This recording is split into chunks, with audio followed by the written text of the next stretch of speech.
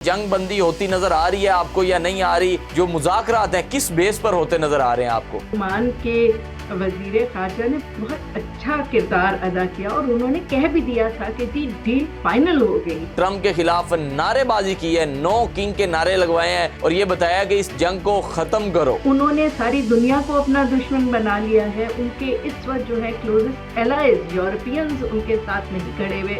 Saudi वली अहद के बारे में जो सदर ट्रम्प ने अल्फाज कहे, ये अरब ममालिक के लिए कितना खतरा मंद होंगे और बाकी जितने भी हमारे ममालिक हैं उनको इससे कह लें कि क्या सबक हासिल जो है वो करना चाहिए? ईरान का 100% ट्रस्ट है पाकिस्तान के ऊपर। अस्सलाम वालेकुम नाज़रीन, मैं हूं आपका मेजबान सैयद अरम अब्बास। दुनिया ने 47 साल ईरान पर पाबंदी लगाई लेकिन ईरान झुका नहीं।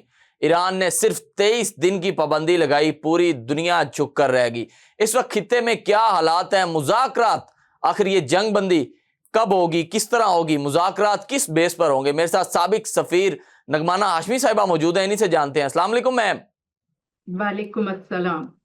मैम, सबसे पहले मुझे ये बताइएगा, क्या लगता है खित्ते में इस वक्त क्या हालात हैं? जंग बंदी होती नजर आ रही है आपको या नहीं आ रही? जो मुज़ाकरात हैं किस बेस पर होते नजर आ रहे हैं आपको?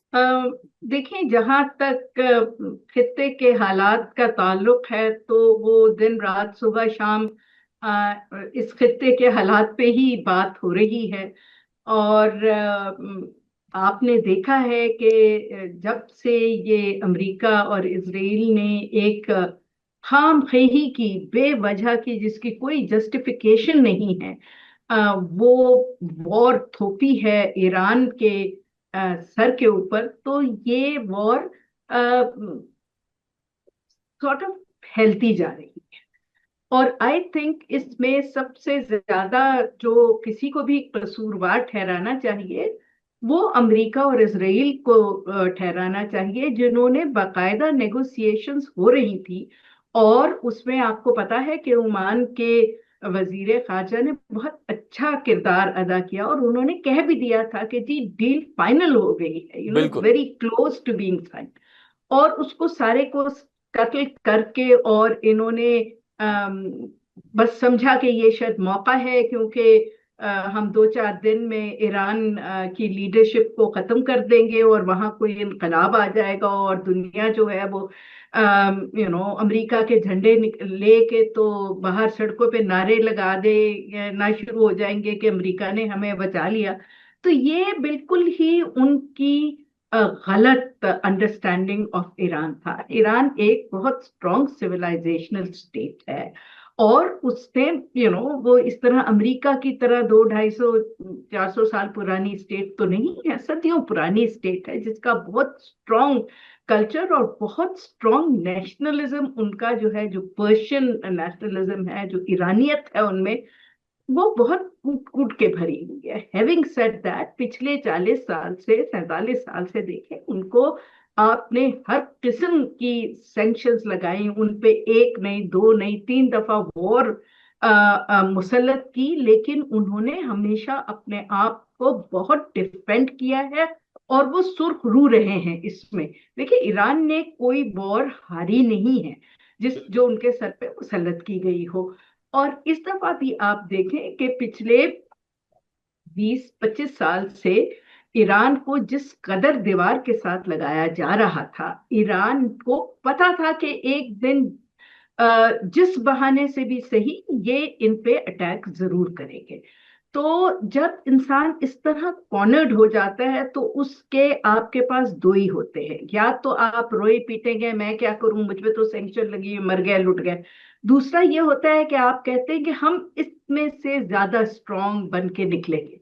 और पिछले 20 साल से ज्यादा ईरान इस जंग की तैयारी करता आया है। उन्होंने अपनी हर चीज इंडिजनाइज कर ली, चाहे वो उनके हाइपरसोनिक मिसाइल्स हो, चाहे ड्रोन्स हो, चाहे और जो भी उनके पास इस वक्त इक्विपमेंट है। वो अपनी तो शिप्स, फ्रिगेट्स भी खुद ही बना रहे थे। तो ये बहुत बड़ी एक ईरान के लिए कामयाबी थी कि उन्होंने इतने मुश्किल हालात में अपने डिफेंस को एब्सोल्युटली मजबूत किया हुआ है। दूसरी बात ये शायद अमेरिकन और इजरायली भूल गए कि दुनिया में कोई कौम अगर ब्रिंकमैनशिप की माहिर है और किंग है, तो वो इरानियंस है। वो नेगोशिएट भी बहुत अच्छा करते हैं और उन्हें प्रेशर भी बहुत अच्छा लेना आता आता है। है। इसीलिए देखिए उन्होंने बहुत स्ट्रेटेजिक ये अपना हाथ खेला, बहुत वीक हाथ था उनका। और नॉर्मल अगर आप देखें जाए तो वो तो 3-4 दिन में इन लोगों के असले और टेक्नोलॉजी के आगे उसे ढेर हो जाना चाहिए था। लेकिन जैसे शतरंज शतरंज के खेल में आप वीक हैंड को स्ट्रांग बना के खेल लेते हैं, इसी तरह इस शतरंज के खेल में ईरान ने बहुत स्ट्रांग हैंड शो किया है। और ऐसी स्ट्रेटेजी की है कि हर लेवल पे, चाहे वो टेक्नोलॉजी का लेवल हो, चाहे वो उसके जो हामी ममालिक हैं उनके कॉस्ट ऑफ वॉर बढ़ाने का हो, चाहे अपने एलाइज को अपने साथ रखने का हो, चाहे वो खित्ते के ममालिक को ये यकीन दिलाने का हो कि ईरान उनके लिए थ्रेट नहीं है। लेकिन अगर वो इस वॉर में हमारे दुश्मनों का साथ देंगे और उन्हें फैसिलिटेट करेंगे, तो हम फिर ये जायज है वो हदाफ जो उस पे हमला करेंगे। दूसरी बात आपने बड़ी अच्छी कही कि सारी दुनिया पे वो सैंक्शंस लगाते बिल्कुल। हैं और टेरिफ्स लगाते हैं और पता नहीं क्या क्या करते हैं और समझते हैं कि कामयाब हो जाएंगे। ट्रम्प के तो टेरिफ्स भी कामयाब नहीं हुए। और हिकमत अमली और स्ट्रेटेजी इतनी अच्छी ईरान ने रखी है कि इस वक्त स्ट्रेट ऑफ हर्मुज भी बिल्कुल ब्लॉक्ड है।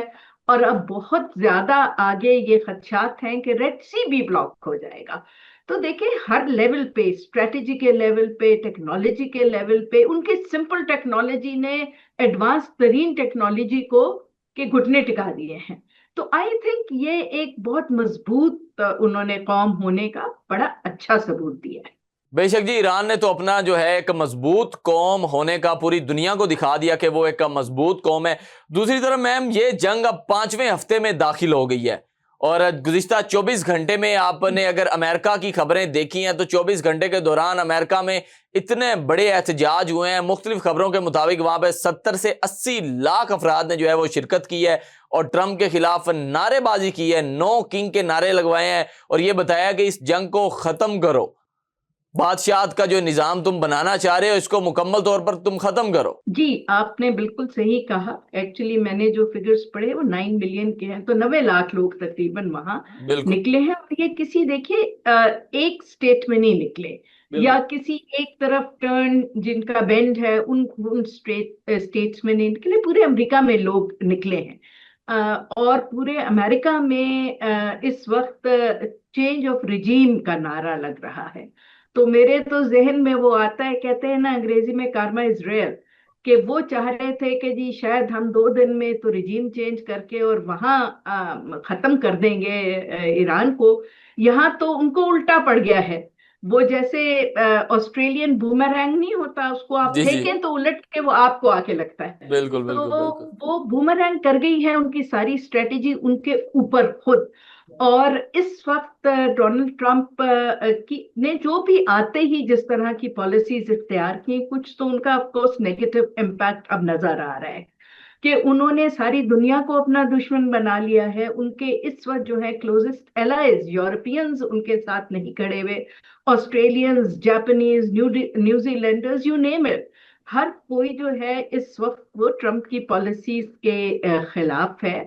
और इस वॉर तो को तो सब कह रहे हैं कि जी बहुत ज्यादा अननेसेसरी और अनजस्टिफाइड वॉर है, जिसमें कोई हदाफ अहदाफ भी जो है वो ट्रम्प साहब ने को क्लियर नहीं है कि ये क्यों किया गया है। ये तो ऐसे लगता है कि बस एक दिन सोचा बस अब ईरान को खत्म करना है तो आप जाके हमला कौमें और इंटरनेशनल ऑर्डर्स इस तरह नहीं चलते। टाइम्स बहुत चेंज हो गए हैं। ये कोई 15वीं 16वीं सदी नहीं है, ये 21वीं सदी है। लोगों को भी इस वक्त बहुत ज्यादा इंफॉर्मेशन पे रसाई है। और जिस बुरी तरह ट्रम्प साहब के जो उन्होंने ये लगाए थे टैरिफ्स, वो बैकफायर किए हैं। इस वक्त अमेरिका में बहुत ज्यादा परेशानी है, क्राइसिस है। स्टॉक एक्सचेंज जो है वो बिल्कुल गिरने पे आया हुआ है, फ्यूल प्राइसेस बढ़ गई हैं, पहले ही गुर्बत ज्यादा है, और अनएम्प्लॉयमेंट और गुर्बत, इन दोनों चीजों ने, टेरिफ्स ने भी और ईरान वॉर ने भी अमेरिकन की, आप ऐसे कहें कि बस करा दी है।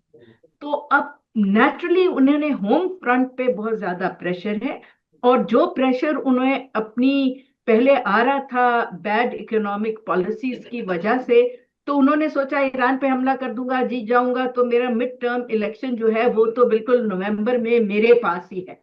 अब तो लगता है कि मिड टर्म इलेक्शन में ट्रम्प साहब को लोग निकाल के फेंक ही देंगे। बेशक जी, ऐसे ही है। मिड टर्म जो इलेक्शन नवंबर में होने जा रहे हैं, सदर ट्रंप की जीत उसमें नजर नहीं आ रही। और दूसरी तरफ मैम एक बड़ा ही कह लें कि इंपॉर्टेंट सवाल आपसे, सऊदी वली अहद के बारे में जो सदर ट्रंप ने अल्फाज कहे, ये अरब ममालिक के लिए कितना खतरा मंद होंगे, और बाकी जितने भी हमारे ममालिक हैं उनको इससे कह लें कि क्या सबक हासिल जो है वो करना चाहिए? देखिए, ट्रम्प साहब से तो आप किसी भी चीज की तवक्को कर सकते हैं।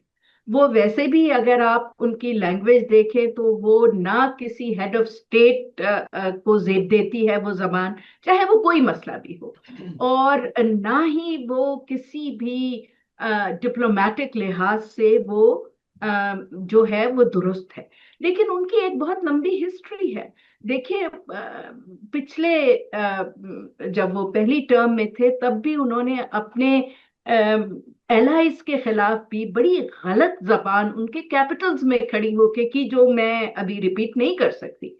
लेकिन इसके साथ साथ वो आप देखिए कि वो चाहे उनके अपने मुल्क के लोग हों, लीडर्स हों, उनके ऑफिशियल्स हों, उनका मीडिया हो, हर एक के लिए वो गंदी जबान इस्तेमाल करते हैं। और लीडर्स को वो समझते हैं कि जी वही एक उनको एक इंपीरियल किंग होने का एक कॉम्प्लेक्स उनमें पैदा हो गया है। एंड ही फील्स कि जी बस मैं क्योंकि अमेरिका का प्रेसिडेंट हूं, मैं जो कहूंगा उस तरह दुनिया चलेगी। ये ऐसा नहीं है। दूसरा इसका पहलू ये है कि वो बहुत बिजनेस माइंडेड आदमी है, सारी जिंदगी बिजनेस किया है। और इस बात से आप सॉर्ट ऑफ इग्नोर नहीं कर सकते कि तमाम गल्फ मिडल ईस्ट की जितनी भी ताकतें हैं, बशमूल सऊदी अरेबिया, उन लोगों ने हमेशा ये सोचा कि ईरान हमारे लिए थ्रेट है। और उस थ्रेट से बचने के लिए, मिस परसेप्शन है मेरे से ख्याल से, उन्होंने एक एक्स्ट्रा रीजनल पावर में अपना सब कुछ इन्वेस्ट कर दिया। सियाने कहते हैं you should not put all your eggs in one basket. ये पूरे रीजन ने अपनी सारी इन्वेस्टमेंट्स जो हैं वो अमेरिका में की हुई हैं। इनके सारे जो डिफेंस एग्रीमेंट्स हैं वो अमेरिका के साथ हैं। ये पिछले इतने अरसे से अमेरिका को इन्होंने इजाजत दी कि अपने घर में वो आके उनको बिठा लिया। तो जाहिर सी बात है वो लेजिटिमेट उनको उन्होंने टारगेट बना दिया।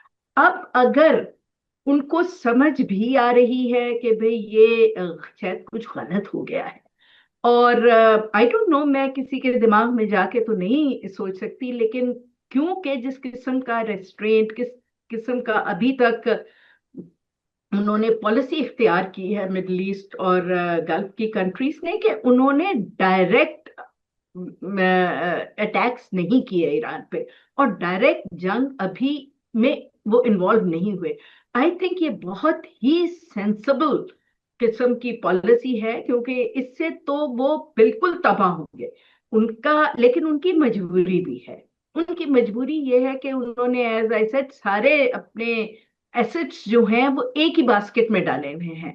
और देखिए, 553 ट्रिलियन के तो उनके डिफेंस एग्रीमेंट्स हैं, और 56 ट्रिलियन के उनके एसेट्स बाहर रखे हुए हैं अमेरिका में।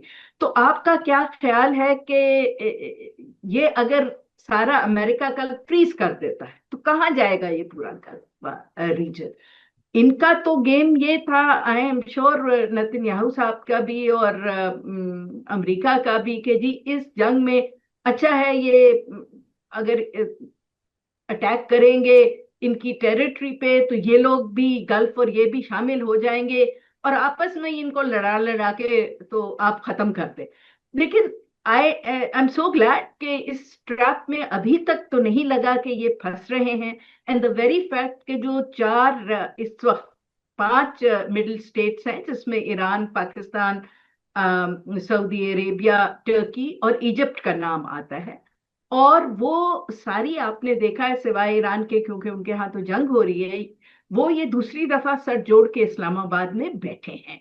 और आई थिंक वहां यही सैनिटी प्रिवेल हो रही होगी कि हम ये जो चाह रहे हैं कि ये जंग खित्ते की अंदरूनी जंग भी बन जाए, उससे हमें दूर रहना चाहिए। तो लेट्स होप कि ये नेगोशिएशंस कुछ कामयाब हो और चारों तरफ कोई सैनिटी आए, वरना तो हालात काफी बिगड़ते हुए नजर आ रहे हैं। बेशक जी, तो हालात लेट्स काफी जो होप कि है कुछ वो सैनिटी आ हमें जाए। बिगड़ते हुए नजर आ रहे हैं। मैम, आखिरी सवाल आपसे करेंगे।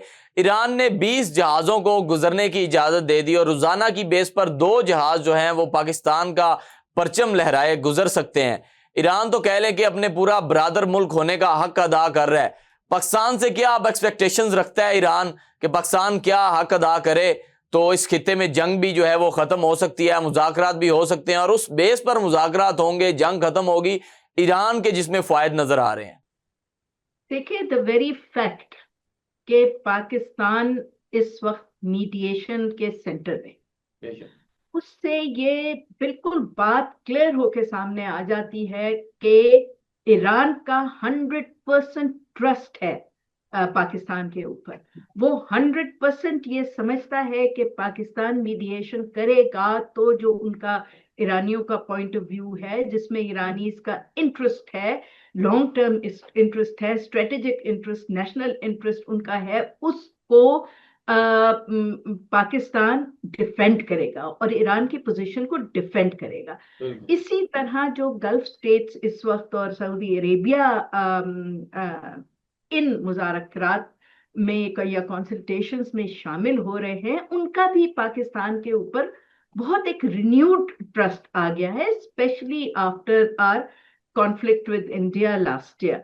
और अमेरिका में भी एक बहुत जबरदस्त चेंज आई है इस वक्त। अगर आप देखें तो ना इस खित्ते में न कहीं और कोई एक मुल्क आपको नहीं सिवाय पाकिस्तान के नजर आता जिस पे चीन का भी ट्रस्ट है, रूस का भी ट्रस्ट है, अमेरिका का भी ट्रस्ट है, ईरान का भी ट्रस्ट है, आपके गल्फ पार्टनर्स का भी ट्रस्ट है, और समहाउ और द अदर यूरोपियन यूनियन इस वक्त पाकिस्तान से ज्यादा इंटरेक्ट कर रही है बजाय इसके कि अपने ट्रेडिशनल फ्रेंड इंडिया के साथ। तो पाकिस्तान इस वक्त बहुत ही अच्छी पोजीशन में है जिसपे पूरी दुनिया को ट्रस्ट है कि वो इस नेगोशिएशंस को बहुत खलूस से, बहुत जिम्मेदारी से और बहुत हौसला चाहिए ये करने के लिए, और ये उनको कॉन्फिडेंस है कि इसमें से शायद कोई भलाई का रास्ता निकलेगा। सो लेट अस होप कि हमारी लीडरशिप में ये मुज़ाकरात कामयाब हों और पाकिस्तान को अल्लाह ताला और मजीद तरक्कियों की मंजिल पे गामजन करे। बेशक जी, पाकिस्तान भी यही चाहेगा कि ये मुज़ाकरात कामयाब हों और खित्ते में अमन पैदा हो और पाकिस्तान को अल्लाह पाक जो है वो सुरखरू करें। एक तरफ तो सदर ट्रंप ईरान में रजीम चेंज की बात करते हैं और दूसरी तरफ अमेरिका में ही उनके खिलाफ जो है 9 मिलियन 90 लाख के करीब जो है लोग सड़कों पर निकले और ये उन्होंने कहा कि इस जंग को बंद करो, हमें इस जंग में ना धकेलो, नो किंग, कोई बादशाहत का दौर नहीं है। और सदर ट्रंप के खिलाफ वहां पर मुजाहरे होना शुरू हो गए हैं। आगे खित्ते में क्या होगा, जंग बंदी किस तरह होगी, अपने होस्ट को दीजिए इजाजत। अल्लाह हाफिज।